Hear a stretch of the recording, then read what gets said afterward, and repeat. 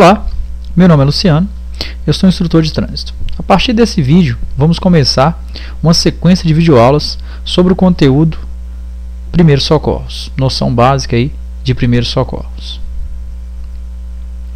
O que são os Primeiros Socorros? São as primeiras providências tomadas no local do acidente, é o atendimento inicial e temporário até a chegada do socorro profissional.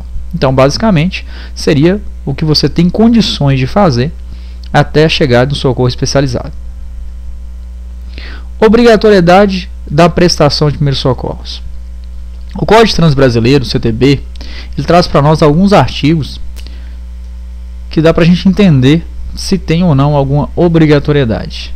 O artigo 176 ele fala para a gente que deixar o condutor envolvido em acidente com vítima geraria uma infração de trânsito de natureza gravíssima. O artigo 177, deixar o condutor de prestar socorro à vítima de acidente de trânsito quando solicitado pela autoridade e seus agentes. Infração grave. Então nós temos dois artigos de infração, 176 e 177. O 176 refere-se para a gente se você se envolveu num acidente, num crime de trânsito, o que for, e omitiu o socorro, quer dizer, se envolveu no acidente e omitiu o socorro, infração gravíssima. O 177, quando solicitado. O 177, pode ser que você não tenha nada a ver com o acidente, só que você omitiu o socorro quando foi solicitado. A autoridade, um agente da autoridade, solicita para você fazer algo e você recusa. Está passando pelo local com o seu carro, não tem nada a ver com o acidente. O policial pediu, o agente da autoridade de trânsito pediu, você negou, infração grave. O 304, deixar o condutor de veículo na ocasião do acidente prestar imediato socorro à vítima, ou não, podendo fazê-lo, detenção de 6 meses a 1 ano ou multa. Multa de acordo com o processo judicial. Então dá para a gente observar que aqui já se enquadra um crime previsto aí no artigo 304 do Código, que se você se envolveu no acidente, omitiu, infração e também um crime. 305.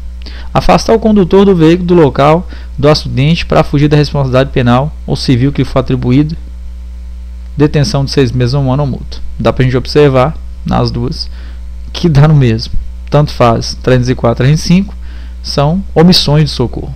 304 não prestou, ficou e não prestou. 305 evadiu do local, assim omitindo socorro da mesma forma. Então, de acordo com o Código de Trânsito Brasileiro, de acordo com 4 artigos, 2 prevendo infração e 2 prevendo como crime, há uma exigência, se enquadrando em cada artigo aí, essa obrigatoriedade de prestar primeiros socorros. Quando a gente vai para o Código Penal, a gente vê também mencionando sobre a questão da omissão de socorro. Em qual artigo? O artigo 135. Fala para nós que deixar de prestar assistência quando possível, fazê-lo sem risco pessoal, ou não pedir, nesses casos, o socorro pela autoridade pública. Detenção de 1 a 6 meses ou multa, também uma multa de acordo com o processo judicial. Parágrafo 1º. A pena é aumentada de metade se dá ocasião resultar em lesão corporal de natureza grave e triplica se resultar em morte. Então, basicamente a gente tem aí o Código Penal e o Código de Processo Penal, o Código de Trânsito Brasileiro, todos eles exigindo aí essa prestação de primeiros socorros. Lembrando que fazer o que você tem condições até que chegue uma equipe especializada. Então nós temos aí a obrigatoriedade por lei e tem a questão da cidadania também, né? Nós precisamos uns dos outros e é interessante que você faça isso por você mesmo, não por ser forçado, não por ter uma obrigatoriedade por lei nessa prestação de primeiros socorros. Como são elaborados os protocolos de suporte básico de vida ou de ressuscitação cardiopulmonar? Então, basicamente, as técnicas e procedimentos que são elaborados, eles são aceitos, digamos, mundialmente, né? Quem elabora esses protocolos, basicamente, seria a ICOR. ICOR seria o Comitê Internacional de Ligação de Ressuscitação. ICOR foi formado em 1992 para fornecer um fórum de ligação entre as principais organizações de ressuscitação em todo o mundo. Então, a ICOR é um instituto, né, onde tem vários membros que compõem a ICOR, e esses membros eles têm protocolos Então, cada um desses membros são de um país específico e eles se reúnem de 5 em 5 anos para analisar esses procedimentos aí de técnicas de primeiros socorros, técnicas aí de suporte básico de vida ou ressuscitação cardiopulmonar, para que seja alterado, né? Vão ser feitos aí estudos, né, levantamentos, para que possa ser melhorado as técnicas que já tem. Aqui no Brasil, a gente usa muito esse protocolo aqui da American Heart Association, que seria a Associação Americana do Coração. A última diretriz foi de 2015, né? Então a próxima, né, 2020 aí, vai ter outra, que elas são de 5 em 5 anos. E basicamente nós usamos, né, do suporte básico de vida ou de ressuscitação cardiopulmonar, esses procedimentos. Então as técnicas que a gente aprende de primeiros socorros, ou até mesmo suporte avançado, suporte básico, socorristas profissionais, eles vão usar essa referência, né, digamos assim, essa linha de raciocínio, que basicamente seria baseado, esses protocolos, baseado na IUCOR, e a gente usa essa American Heart Association, a Associação Americana do Coração. Baseado nisso, vamos ver aí quais seriam as técnicas, o que a gente pode fazer diante do nosso conhecimento ou da nossa formação aí para atendimento de primeiros socorros ou atendimento em acidentes. Primeira coisa, né, principalmente quem é da área de, nós vamos se habilitar, né, nós vamos conduzir veículos, pode se deparar com acidentes automobilísticos. Então o que a gente pode fazer quando a gente se depara com um acidente automobilístico? Como proceder diante de um acidente? Primeira coisa é garantir a sua segurança. Seria estacionar o seu veículo em local seguro.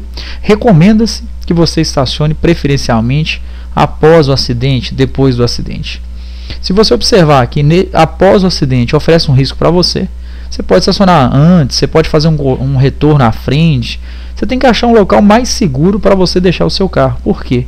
Porque primeiros socorros é meio egoísmo mesmo. Você pensa primeiro em você, depois nas vítimas. Observe que você não é o culpado do acidente. Você vai fazer o quê? Você vai fazer o que você tem condições de fazer até que chegue uma equipe especializada. Então, basicamente, estacionar em local seguro, preferencialmente após o acidente. Sinalizar o local para que aconteça uma segurança da cena, né, garantir a sua segurança e de quem esteja com você no seu veículo. É interessante essa sinalização do local, a segurança da cena. Avaliar o cenário. Essa avaliação do cenário seria uma avaliação panorâmica da situação, mesmo porque quando você liga para o socorro profissional, ele pergunta mais ou menos ali como é que está a situação do acidente. É interessante que você saiba passar o máximo de informações sobre aquela ocorrência, aquela situação. Chamar o resgate. Se tiver condições, prestar atendimento à vítima até chegar do resgate. Perfeito. Avaliou o cenário, chamou o resgate, e aí você vai passar informações ao socorro profissional. E se você saber mais, tiver mais condições de atendimento diretamente à vítima, você pode fazer. Então observe, não quer dizer que eu não possa tocar a vítima, desde que eu saiba o que eu esteja fazendo, não tem nenhum problema. O problema é fazer coisa que eu não tenho condições de fazer, que eu não tenho conhecimento, eu não tenho técnica, certamente vou oferecer risco. Como sinaliza o local? Traz muita dúvida. Como é que eu coloco a sinalização? A gente vê muito procedimento incorreto na prática.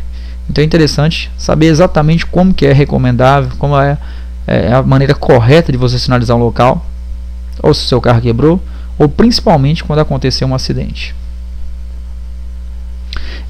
Inicia a sinalização de um ponto em que os motoristas não possam ver o acidente.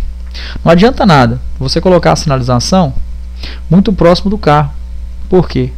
Essa distância de sinalização ela é para que você consiga, para os outros condutores, na verdade, consigam ver a sinalização e depois ver o acidente, para que eles consigam reduzir velocidade, passar mais devagar naquele local.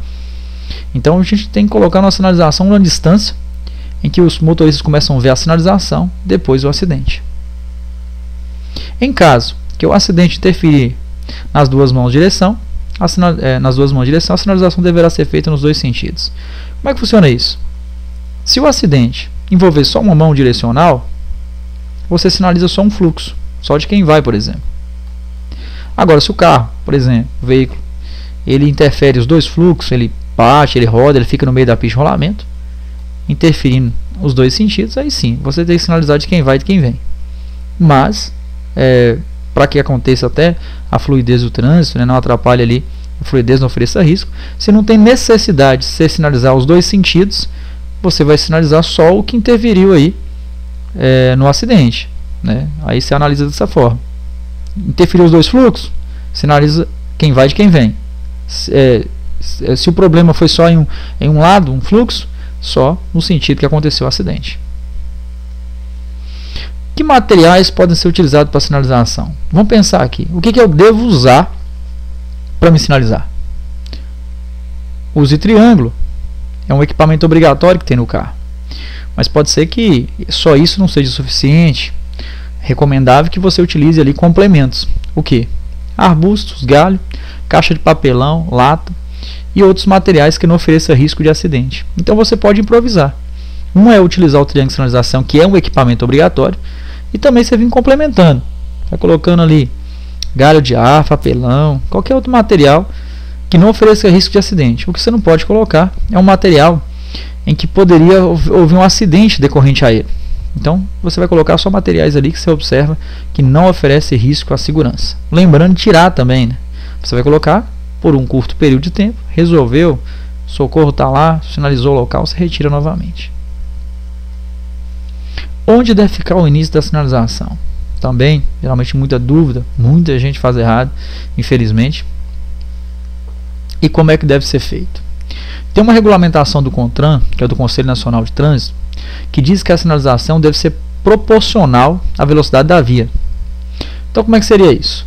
Exemplo, se uma pista de rolamento tem uma sinalização de 60 km por hora, exemplo, uma placa de 60 km por hora, a gente teria que colocar 60 metros.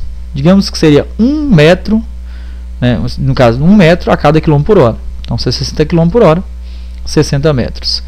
Para que fique mais fácil, deixa mais claro para a gente a utilização dos passos. Um passo largo corresponde aproximadamente 1 metro. Então se eu fosse colocar 60 passos, 60 metros, eu contaria 60 passos. Então 1 quilômetro, 1 metro a cada quilômetro, então 1 passo a cada quilômetro. Quando tiver em chuva, neblina, fumaça e noite, os passos devem ser dobrados. Então a gente observa que quando tiver qualquer condição adversa de visibilidade, ou a questão até da pista, né, onde é que quando acionasse o freio o carro demoraria mais tempo para parar, nós vamos ter que dobrar essa quantidade de passos, de 60, 120 passos ali, né, aumentando, dobrando ali, para que fique mais seguro. Aqui nós temos um exemplo, aqui nós temos os tipos de via, as velocidades pré-estabelecidas e a distância normal ou a distância com adversidade.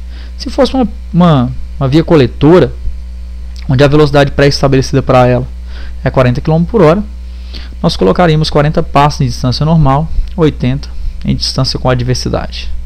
Quando fosse arterial, 60 km por hora, em distância normal, 60 passos, distância com adversidade, 120 passos.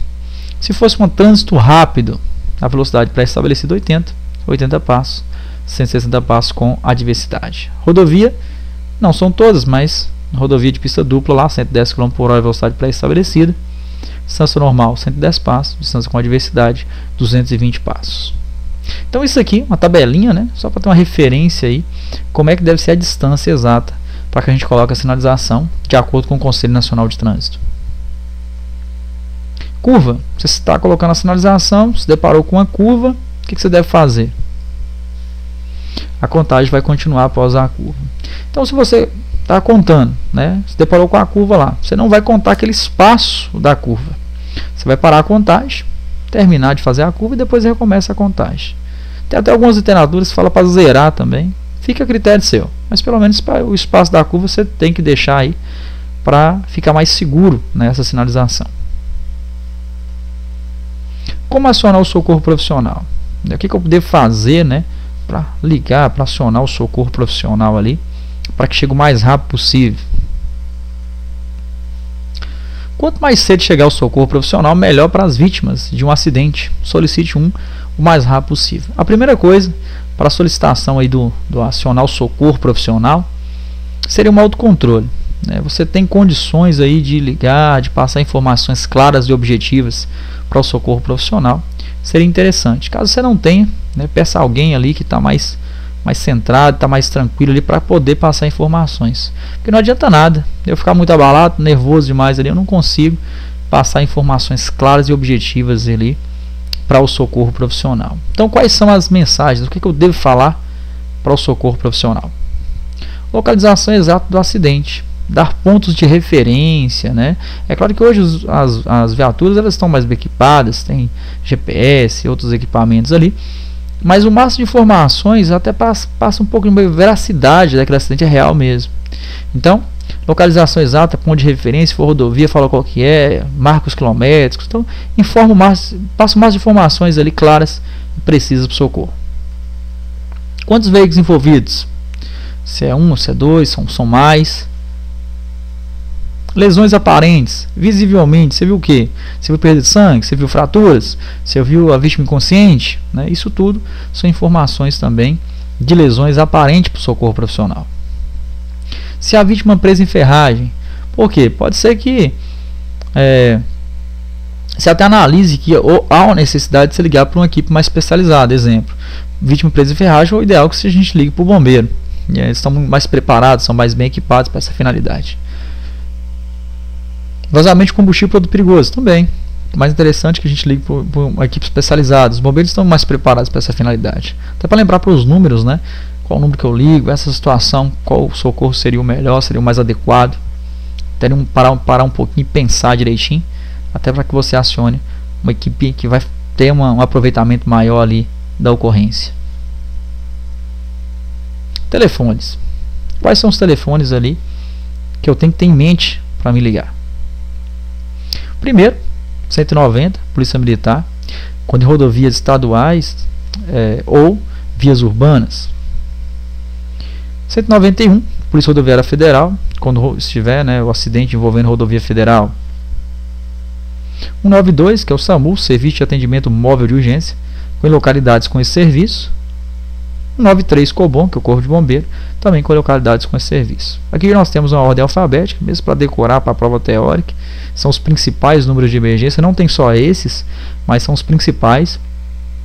E também para a prática, também, se a gente precisar usar aí, a gente tem que ter esses números em mente. A gente observa que vai do 190, 191, 192 e 193. Uma ordem aí que talvez fique até fácil para que vocês consigam decorar.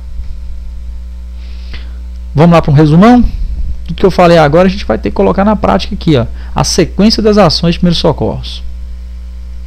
Primeira coisa, se deparou com um acidente, calma, estacionar em local seguro, seria a primeira recomendação, garantir a sua segurança em primeiro local. Estacionou em local seguro, o que você faz? Sinaliza. Para quê? Para garantir a segurança da cena, garantir a segurança sua, de quem esteja com você e para evitar novos acidentes envolvendo aquele. Depois, acionar o socorro especializado, fazer aquela avaliação panorâmica no geral e já passar para o socorro profissional. Já vai ligar. Quando ligar, é claro que vai querer saber das informações que a gente lembrou aí agora, que as informações claras, objetivas, precisas, para que o socorro entenda exatamente que tipo de ocorrência é essa e avalie que tipo de ambulância deverá ser mandada naquele local. Depois, se tiver condições, o socorro está a caminho. Se você tiver condições, prestar atendimento até a chegada da equipe especializada. Claro que esse passo a passo é o resumão de tudo que eu falei para vocês até agora. Então, resumindo aí, essas são as ações aí de um socorrista leigo, socorrista profissional. São as ações que todo cidadão, todo condutor deve tomar diante de um acidente de trânsito. Aqui nós temos o SAMU, que é o Serviço de Atendimento Móvel de Urgência.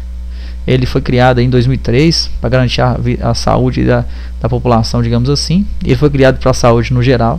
A gente vê ele muito acendendo acidente de trânsito, mas ele não é exclusivo de acidente de trânsito, né?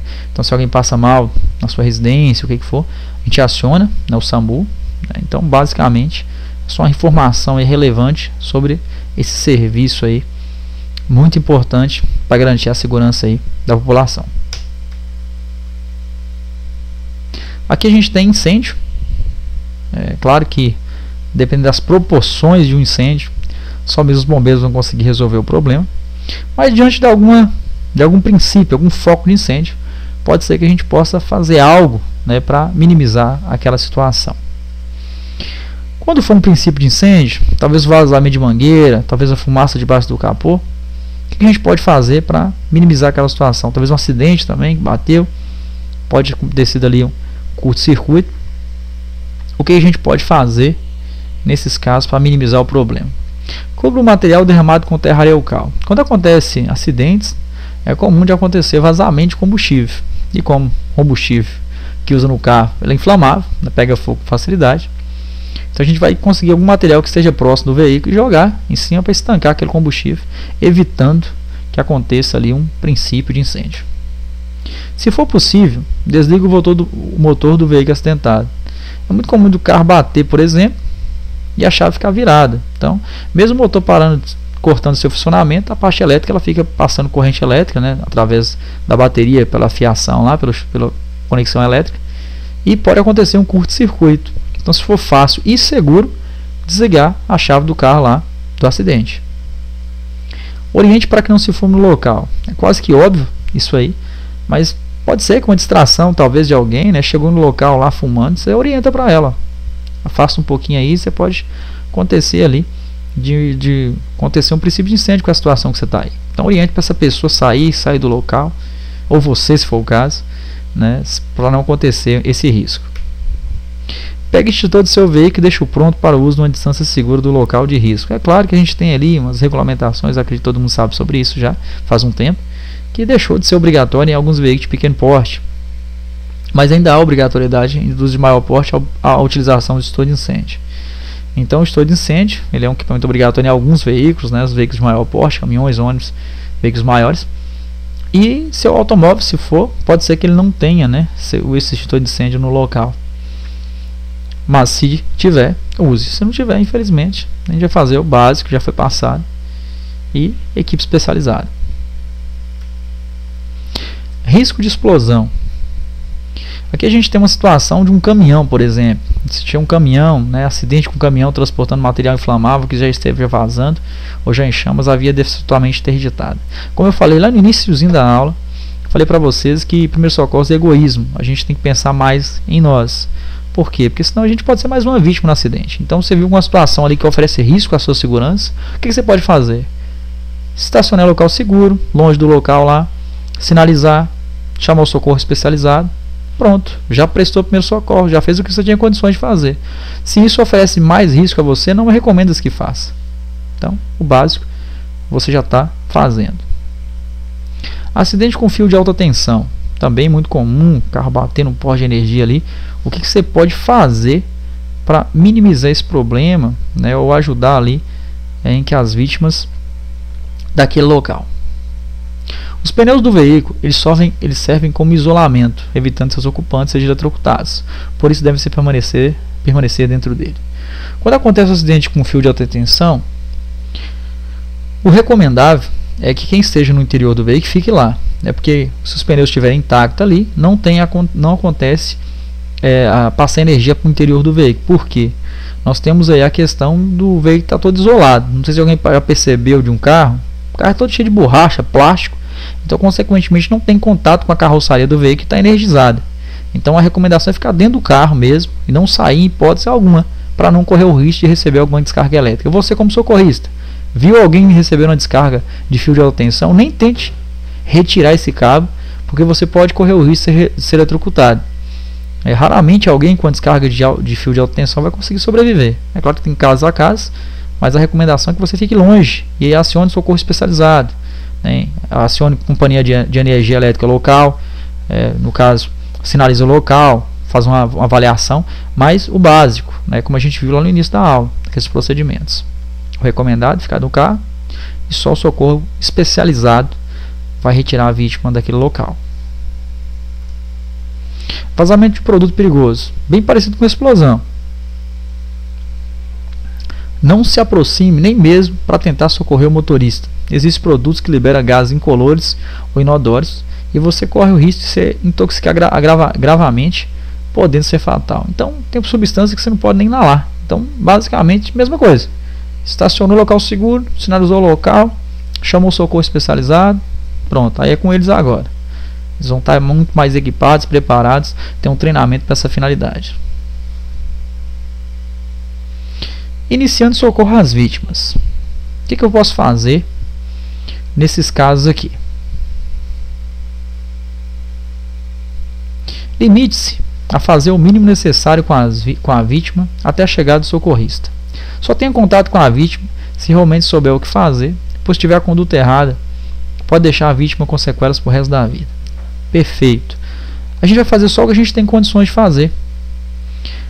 Então, basicamente, o limitar-se no atendimento seria recomendável. Você faz só o que você tem condições de fazer até chegar de socorro. Porque se você tiver uma conduta errada, você pode complicar mais o quadro dessa vítima. Então, essa é a recomendação. Limitar-se, faz o que você tem condições de fazer. O que não se deve fazer com vítima? Principalmente, é claro, em acidente de trânsito, acidente sem velocidade. Não movimentar. É uma recomendação básica. Né? A movimentação dessa vítima, é claro que não pode descartar essa possibilidade, mas se for o caso, em último caso, situação extrema. Não fazer o torniquete. É claro que não quer dizer que não possa ser feito. Não pode ser feito por socorrista leigo, sem conhecimento do que está fazendo. Tem protocolos para poder fazer torniquetes, né, mas para profissionais.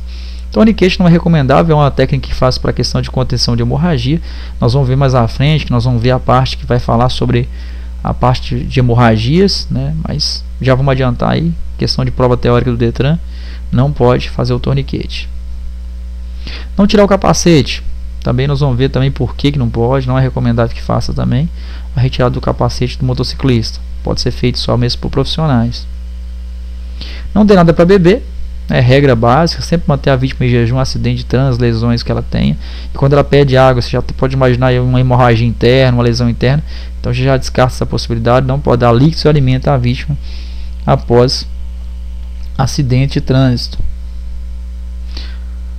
Não tira o capacete do motociclista. Retirar o capacete do motociclista que se acidenta é uma ação de alto risco. Aguarde a equipe de socorro para que realize tal ação. Por que não pode? A gente pode ter lesões no pescoço, né, a nível cervical, fratura na coluna vertebral, algumas lesões aí, que se você tirar de qualquer jeito, não ter a técnica para retirar, certamente vai oferecer risco. Então já não pode mesmo, né? A maioria de socorristas leigos, que a gente vai fazer o treinamento aí, na verdade a maioria dos condutores são socorristas leigos. Então basicamente não limita mesmo a retirada. Uma coisa que você pode fazer para minimizar talvez o problema que elas tenham seria levantar, abrir a viseira do capacete, sem movimentar o capacete, levantar a viseira e tentar analisar os sinais vitais, funções vitais da vítima ali. Nada mais que isso.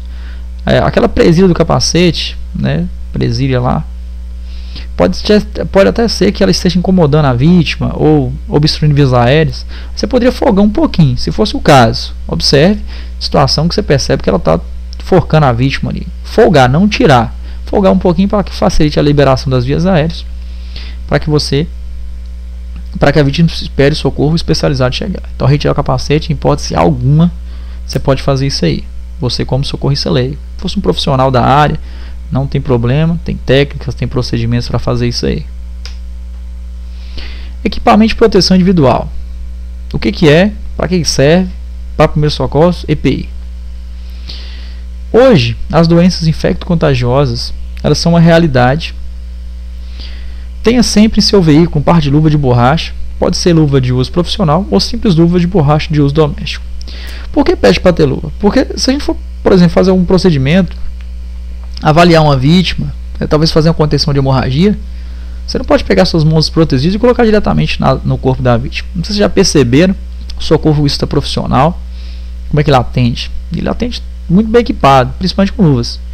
Então recomendo que você esteja a luva de borracha, aquela luva de uso profissional, ou luva de borracha mesmo, comprou no supermercado lá, colocou no porta-luvas. Isso já ajuda muito para você se proteger e consequentemente ajudar a vítima fazendo algo que você tenha condições de fazer. Mobilidade e sensibilidade do corpo. O que é isso? Como é que eu vou analisar aí a mobilidade e a sensibilidade do corpo de uma vítima? Dificuldade ou incapacidade de movimentar partes do corpo está obviamente fora do estado normal de saúde. Você pode fazer meio que um exame, bem superficial, mas dá para você perceber ali, até para informações para o seu corpo profissional ali, nessa avaliação que você fez de uma vítima. Provoque estímulo físico, testando sua capacidade de mobilidade e sensibilidade. Se você chegou na vítima, né, ela está consciente ali, está falando, você pergunta ela, você consegue movimentar os braços, as pernas? Você está testando a sua mobilidade. Se você belisca o braço, a perna dela, e ela não sente nada, está testando a sua sensibilidade. Então já é para você avaliar ali por alto ali, se essa vítima está com alguma sequela, alguma lesão mais grave, em que teria que limitar mais o atendimento e a equipe especializada teria que chegar naquele local o mais rápido possível.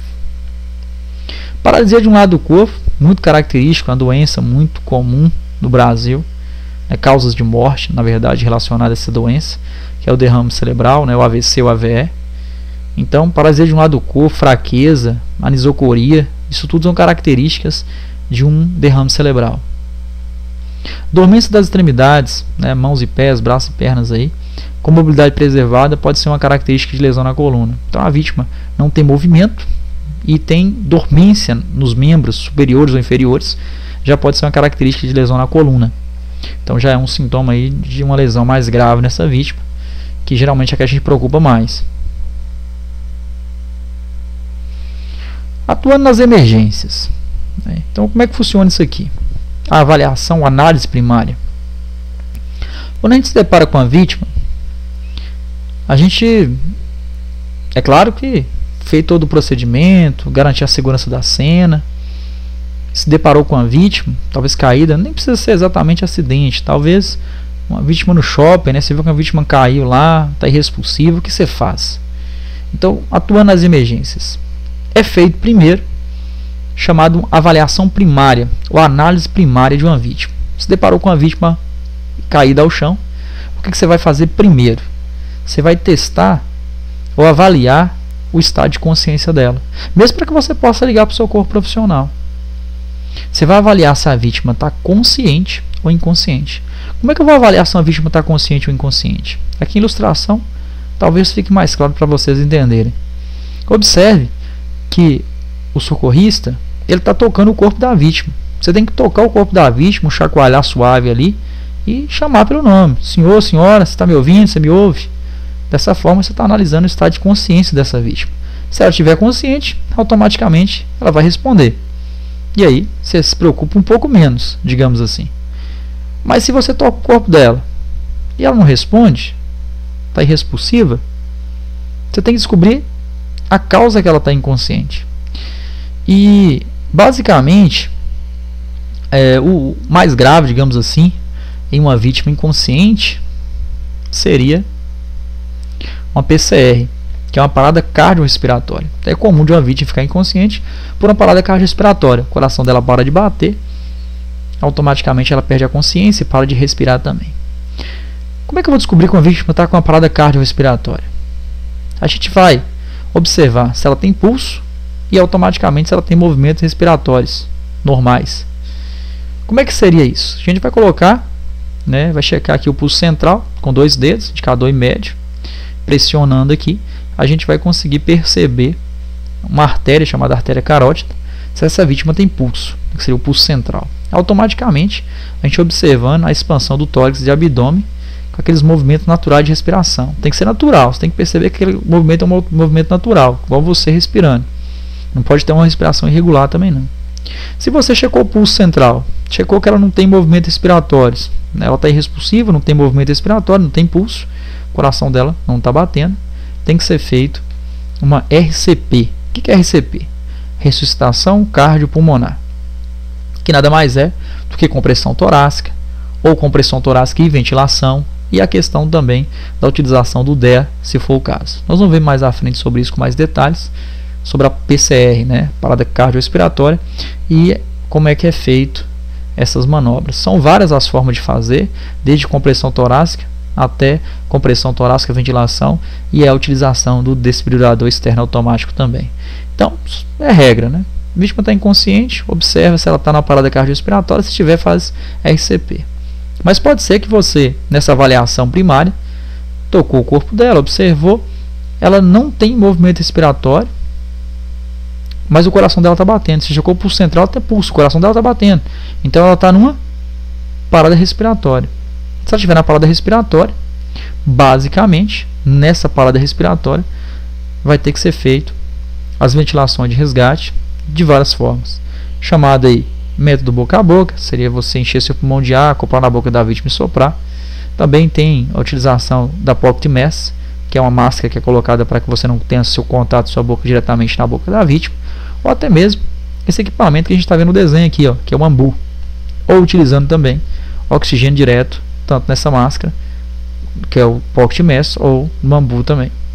Então várias são as formas, as preferências, as formas de ser utilizado são várias, nós vamos ver mais à frente também como é que seria isso. Então, inconsciência, a gente tenta descobrir qual a causa que ela teve a inconsciência. Uma parada cardíaca, faz RCP. Uma parada respiratória, faz a ventilação de resgate, porque o coração dela está batendo, não há necessidade de você fazer a massagem cardíaca. Agora, se a vítima estiver consciente, ou se por um acaso também, nesse estado de inconsciência, você percebe que ela tem pulso e que ela tem movimento respiratório, a gente vai fazer nem RCP e nem ventilação de resgate. A gente vai fazer isso aqui, ó, chamado ABCDE dos primeiros socorros. Seria uma avaliação da vítima aí, né, que não estão nesses outros casos que a gente observou. Por quê? Porque se tiver em parada cardíaca, tem que fazer RCP. Se tiver em parada respiratória, ventilação de resgate. Está inconsciente, mas tem movimento respiratório, tem circulação, eu vou avaliá-la com mais critérios. E se ela estiver consciente também, merece também uma avaliação do ABCDE dos primeiros socorros, que trata-se da avaliação inicial que uma vítima tem que ter.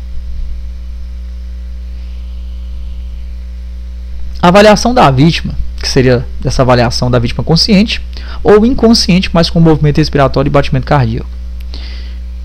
A avaliação da vítima segue uma sequência alfabética, que é o A, B, C, D, E, que basicamente seria essa sequência aí, a gente fazendo A, B, C, D, E, que aborda procedimentos para avaliar rapidamente o acidentado. Como é que funciona a sequência de avaliação ABCDE? O A consiste em abertura das vias aéreas e controle da coluna cervical.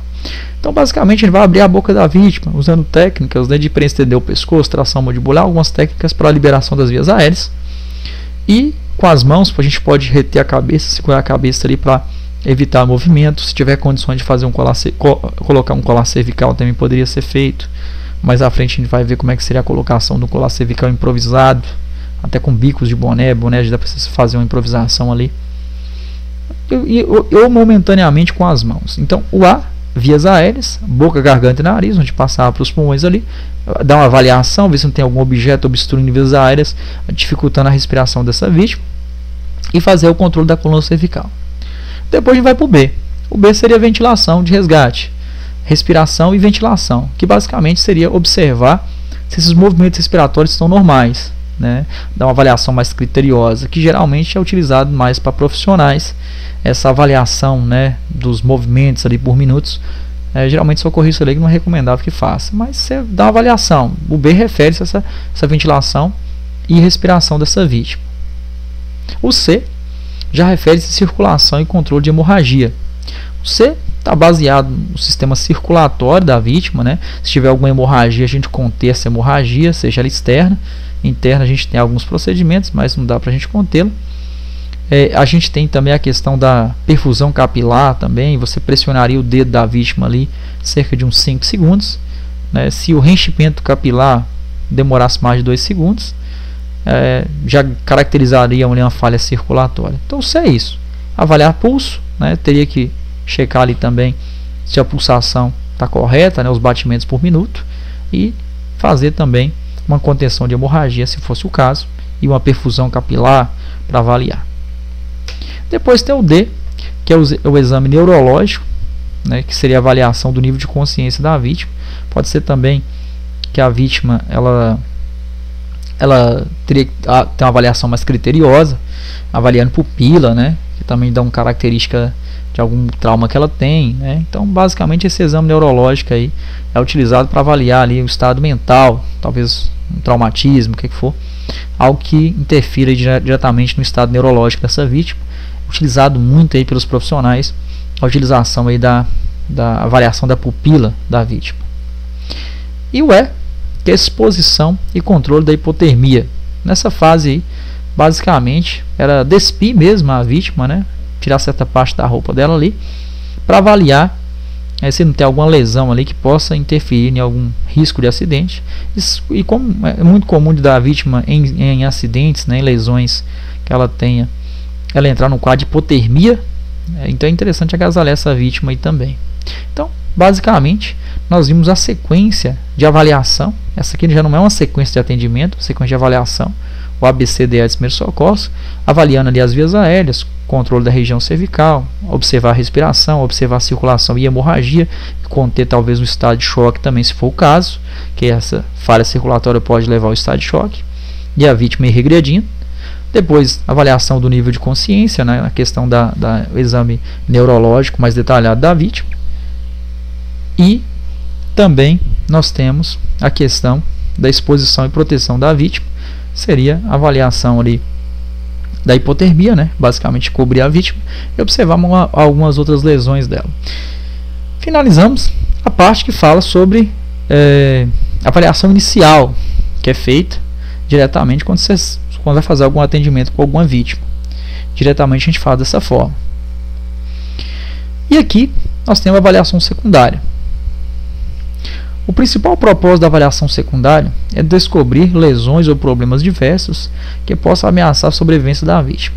Então, na avaliação primária, não sei se vocês pararam para observar, que na avaliação primária a gente checa diretamente ali e tenta fazer com que mantenha as funções vitais da vítima. Por quê? Você já chega na vítima lá tentando descobrir se ela está ou não consciente. Se ela está inconsciente, descobre lá se é uma PCR, se é uma parada respiratória, e se souber fazer o procedimento, faz. E se ela estiver consciente ou respirando e tendo batimento cardíaco, a gente faz a avaliação dela do ar, vias aéreas, respiração, circulação, distúrbio neurológico e exposição e proteção da vítima.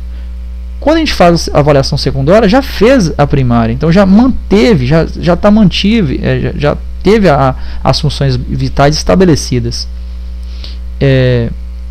Estabilizadas, na verdade.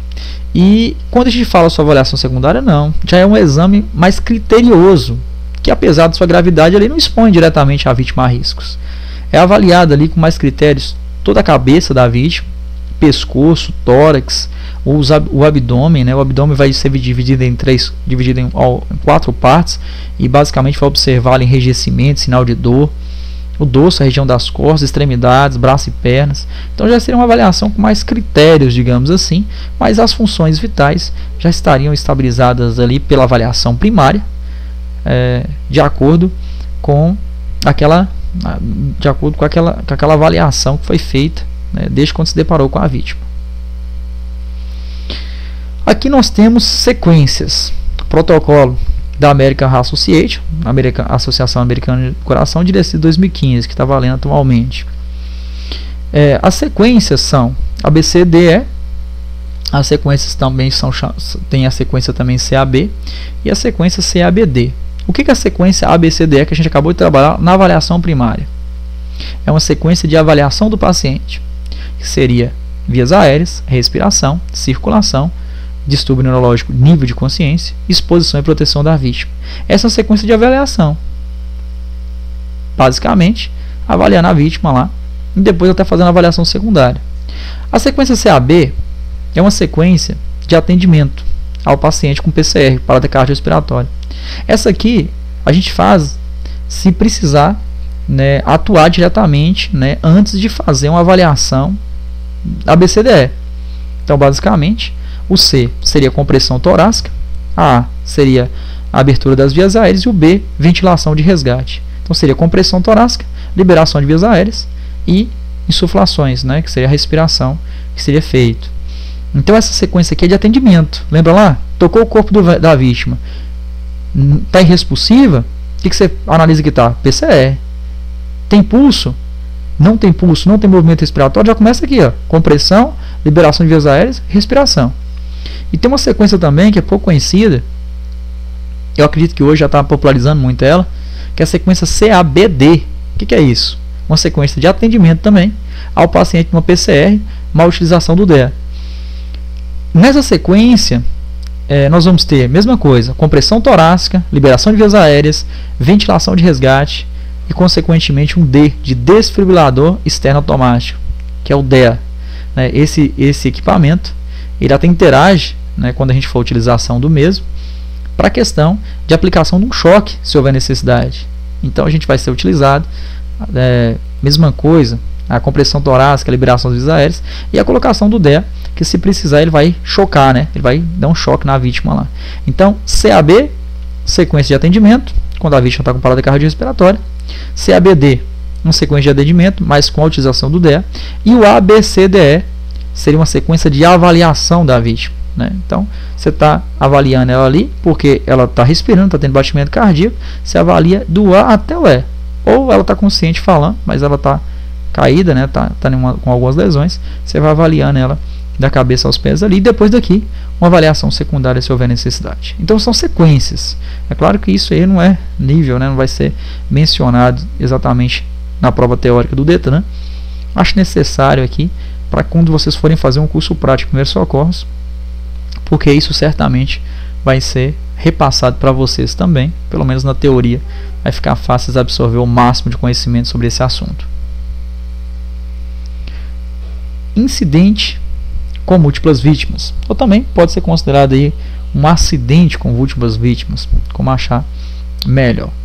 Então, como é que funciona isso aqui? Nós temos uma situação de um acidente com muitas vítimas e basicamente nós temos aqui o socorrista, seja ele leigo, profissional, o que for.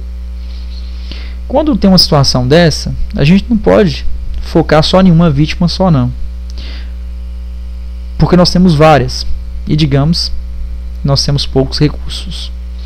Então, quando tem uma situação dessa, é avaliado um incidente com múltiplas vítimas, a proporção do acidente em si, não vítima a vítima. Quando acontece isso, o que o socorrista, seja ele profissional, seja ele leigo, o que tem que fazer? O que eu consigo fazer para o maior número de vítimas? Essa é a pergunta a ser feita. Fazer o melhor para o maior número de vítimas. Primeira coisa a ser analisada é seus recursos. O que você tem condições? Você dispõe de quantos recursos ali para atendimento dessas vítimas? Primeira coisa a ser pensado, o seu recurso. Você é um socorrista profissional? Você está com suporte básico? Você está com suporte avançado? Você é um socorrista leigo? Então, depois de avaliar o recurso, a gente vai avaliar a questão da triagem. O que é triagem? Você não está atendendo ninguém ainda. Você está fazendo uma triagem para ver quem recebe o atendimento primeiro, de acordo com o seu conhecimento e de acordo com os recursos que você tem disponível. Essa triagem nada mais é do que o ABCDE do trauma, que a gente acabou de ver, que é avaliação, respiração, circulação, distúrbio, exposição e proteção da vítima. Porque através dessa triagem você vai saber, de acordo com o que você tem condições de fazer o melhor para o maior número de vítimas. E avaliado esse ABCDE do trauma aí. Na verdade, a questão dessa triagem, ela vai ser um resumo do ABCDE do trauma que a gente viu anteriormente aí na avaliação primária. Esse resumo que eu falei para vocês, ele é chamado de método START, que seria triagem simples de tratamento rápido. Que o socorrista, né, seja ele o socorrista ali, suporte básico, suporte avançado, ele vai avaliar a vítima. Se ela anda, então basicamente, nesse acidente que tem um tanto de vítimas, tem múltiplas vítimas, quem tem condições de andar? Quem respira? Avaliação lá de vítima a vítima, quem consegue respirar? Quem tem pulso? Ou também ser feito também a questão da perfusão capilar, avaliação de pulso, avaliação da perfusão capilar que eu expliquei para vocês anteriormente, que basicamente vai pressionar ali o dedo da vítima, né, cerca de 5 segundos. Se o reenchimento capilar, né, novamente ali demorar mais de 2 segundos para voltar sangue para aquela região, a gente vai ter aí uma falha circulatória. Estado mental alterado, também vai ser avaliado também o estado mental. Talvez a vítima está lá, tá falando, está respirando, mas as palavras não têm nexo, né? Ela não consegue exatamente se sintonizar onde que ela está, né? Ela fica ali com seu estado mental alterado. Baseado nisso, nessas perguntas que o socorrista tem que ser feito, né? Quantas vítimas anda? Quem respira? Observando ali quem respira, quem tem pulso, quem está com estado mental alterado, vai ser feito essa triagem. Essa triagem ela é feita por cores. O método START ele é dividido em cores. Nós temos vermelho, quando for avaliado ali de acordo com as perguntas que já foram feitas, né? Vítima anda, tem respiração, tem pulso, perfusão capular, estado mental alterado. Essas perguntas que você tem que fazer para você mesmo, para que você consiga fazer a triagem ali, triagem simples de tratamento rápido. Você vai avaliar de cada um ali com escala de cores, né? Então as vítimas que, de acordo com o que foi avaliado pelo socorrista, tem prioridade absoluta, vai ser lona ou zona vermelha, né? Então vão ser vítimas que vão ter que ter um atendimento mais rápido possível. Vítimas na cor amarela é prioridade relativa, quer dizer, tem lesões graves, talvez, fraturas, hemorragias, mas não é uma coisa tão grave, né, digamos assim, né? Observe que amarelo é uma relativa. Verde, prioridade baixa, não tem tanta urgência de fazer um atendimento ali na hora, exatamente, pela questão de condições que você tem. E a cor preto, né, negro, né, seria zona ou lona preta, prioridade nula. Quer dizer, essa vítima, pelos recursos que você tem, você não vai conseguir fazer o objetivo, que é fazer o melhor para o maior número de vítimas. Então, através dessas perguntas que são feitas, é feita uma avaliação pela zona, ou lona, na verdade, vermelha, que vai ter que ser atendimento mais rápido possível. Amarela, relativamente, né? São vítimas que estão tendo batimento cardíaco, estão falando, estão respirando, mas tem lesões. Verde, né? Lesões menores. E o negro pode ser a cor preta, pode ser que a pessoa não tem, o socorrista não tem condições, né, pelos seus recursos, de fazer algo para essa vítima, e se demorasse muito com ela, as outras iriam estar sendo mais prejudicadas. Então, basicamente, o método de START é usado pelos profissionais aí, da área de saúde, da área de socorro, e ele é avaliado dessa forma para fazer, né, prioritário, o melhor para o maior número de vítimas. Aqui a gente vai ter sinais vitais. O que são sinais vitais? Os sinais vitais, eles dão informações sobre funções básicas do corpo. Os sinais vitais são a respiração. Para um adulto, fica entre 12 a 20 movimentos respiratórios por minuto. Aqui a gente observa a expansão do tórax, do abdômen. Pulsação também é um sinal vital. Pulso, a gente observa aqui as artérias, né? A artéria do pescoço carótida, a artéria radial aqui do braço. O normal seria de 100 a 100, de 60 a 100 batimentos por minuto.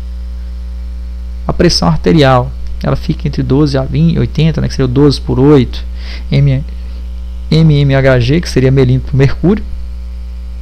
Ela tem que ter equipamentos para que você consiga aferir a pressão arterial. A gente está vendo aqui na ilustração. Nós temos também a temperatura corporal, que fica em média 36 e 37 graus. Né? Claro que estão vários locais para você aferir, né, descobrir ali a temperatura corpórea, mas ela fica uma variação entre 36 e 37 graus, considerada normal aí. Então isso aqui são referências, né, pessoal? Aqui um adulto, 12 a 20, 60 a 100, 12 por 8, e a temperatura corpórea entre 36 e 37 graus.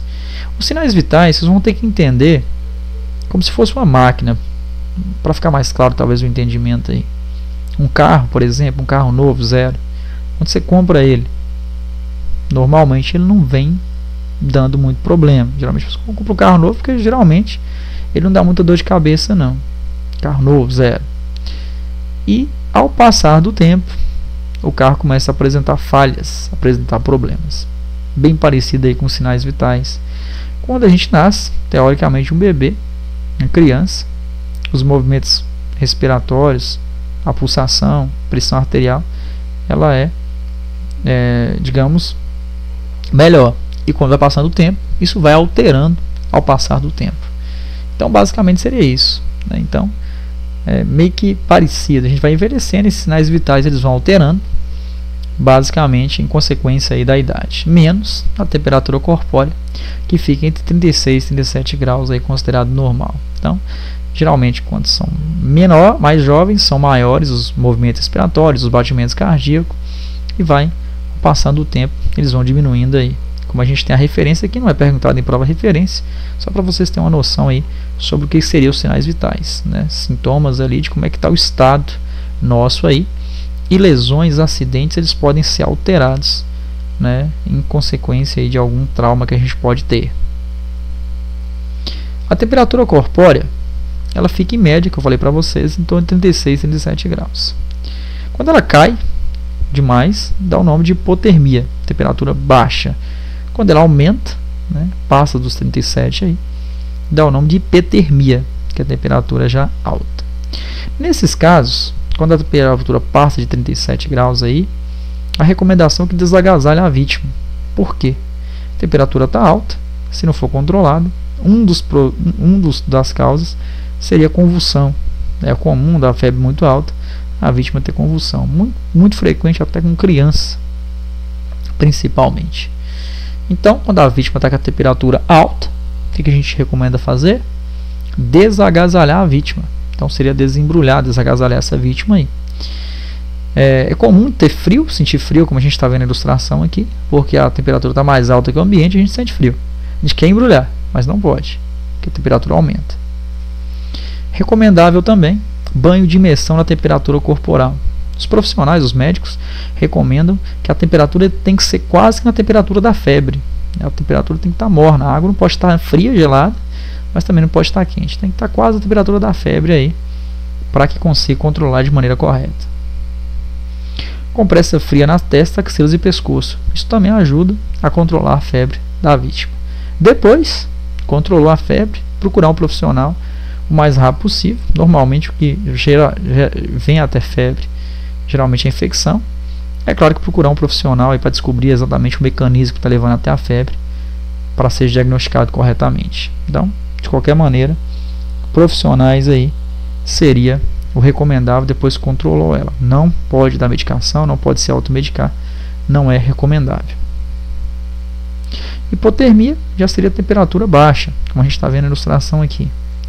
Recomendo desagasalhar a vítima. A hipotermia ela pode ser decorrente a um local muito frio, ou também lesões, talvez acidentes, o que for. A vítima também pode cair a temperatura corpórea, dando o nome de hipotermia. E manter aquecida. Essa é a recomendação no caso de hipotermia. Agasalhar e manter aquecida. E também não pode dar nenhum tipo de medicação, alguma bebida, não pode de maneira nenhuma. É só mesmo aquecê-la. E esse é o procedimento correto. Aqui a gente tem pupila. A pupila, basicamente, essa bolinha preta do olho, e que eu falei para vocês anteriormente, que aqui, né, que é observado o estado neurológico da vítima, principalmente em acidentes, né, lesões ali, é avaliado o estado pupilar, a avaliação da pupila. Ela é conhecida como menina dos olhos, é a parte do olho com orifício de diâmetro regular. Por que diâmetro regular? A pupila dilata e contrai, é normal acontecer isso. Naturalmente a pupila no claro ela vai contrair e no escuro ela vai dilatar, fica grande. Quanto mais escuro o lugar, mais vai ficar grandona as pupilas da vítima. O que a gente vai observar na pupila? A reatividade à luz, porque se você colocar ali a lanterninha no olho da vítima lá, ela vai ter que ter reação. A igualdade, que seria a simetria, né? As pupilas têm que ser uma do mesmo tamanho da outra. E tamanho da pupila. Está grande, está contraída, está dilatada, tem reação ou não à luz. É aquela que essa reação à luz, vamos analisar aí. Como eu estou passando a aula para quem queira assistir, então pode estar profissional assistindo, pode estar socorrista leigo. Tem uma lanterna para que possa ser avaliada ali a reatividade à luz, né? Você não pode pegar uma lanterna, por exemplo, qualquer e colocar no olho da vítima, não. Isso pode causar lesão, isso não é recomendável. Tem uma canetinha específica para poder fazer isso aí para os profissionais, que é mais um conhecimento geral mesmo aí. Se você não tiver a lanterna específica, não é recomendável que faça também não. Só se for olhar o olho no máximo, mas colocar a luz, só a luz adequada para que seja avaliada essa pupila. As pupilas, elas dão vários nomes, né, pelos estados que elas se encontram. Aqui a gente tem o nome de isocoria, né, que seria o estado normal da pupila. Normal, igual, espero que de todo mundo esteja assistindo. Pupila ali, reatividade à luz normal, sem nenhum problema de saúde, sem nenhum tipo de lesão, dá o nome de isocoria. Quando a pupila fica dilatada, elas ficam grandonas assim, dá o nome de midríase. A pupila dilatada, midríase. Quando as pupilas ficam assim, ó, as duas contraídas, dá o nome de miose. Ficam pequenininhas, miose. E quando fica uma dilatada e uma contraída, dá o nome de anisocoria. Então isso aqui são avaliações da pupila, feitas principalmente por profissionais. Então, isocoria, estado normal, as duas dilatadas midríase, as duas contraídas miose e uma dilatada e contraída anisocoria. É bom que vocês decorem, que essa questão frequente de prova. Midríase, miose, anisocoria. Isocoria não decore, que não cai em prova. Geralmente eles vão focar só quando o estado está alterado. Estado normal, geralmente não é mencionado não. E qual seria os prováveis problemas que a vítima tenha depois que ela está nesse estado? Quando a pupila fica dilatada, do jeito que está aqui, da midríase, né, sem reação à luz, pode ser inconsciência por vários motivos, uma parada cardiorrespiratória, né, vários motivos aí. Aqui que já aqui é citado para a gente a parada cardiorrespiratória, é um dos motivos para a consciência.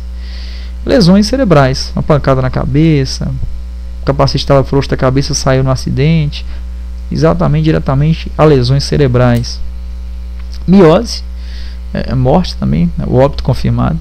Miose, a gente vai ter aí lesão no sistema nervoso central, SNC, né, sistema nervoso central. Pancada na cabeça, né, mesma coisa. Intoxicação, né, overdose, né, excesso de medicação, intoxicação por algum tipo de droga psicoativa. Miose vai ficar contraída sim. Quando elas ficam assimétricas, né, fica uma dilatada e uma contraída, pode ser AVC, acidente vascular cerebral, muito característico disso. Do mesmo lado que ela entra essa reação é o lado que está tendo o AVC ou AVE. E um TCE também, traumatismo crânioencefálico. Traumatismo crânioencefálico, basicamente também podendo ser considerado uma pancada forte na cabeça ali que essa vítima pode ter tido. Nós vamos encerrar o vídeo nessa parte que fala sobre parada cardiorrespiratória. Vocês podem continuar acompanhando, né? Agora nós vamos encerrar esse vídeo agora, mas nós vamos ter a sequência. Próxima videoaula aí, a gente vai continuar aí na parada cardiorrespiratória, explicando aí quais são os procedimentos, quais são os procedimentos aceitos, quais são os procedimentos para socorrista leigo, profissional. Então, só aguardar aí e ver o próximo vídeo aí que vai dar continuidade a essa matéria aqui. Então, até mais.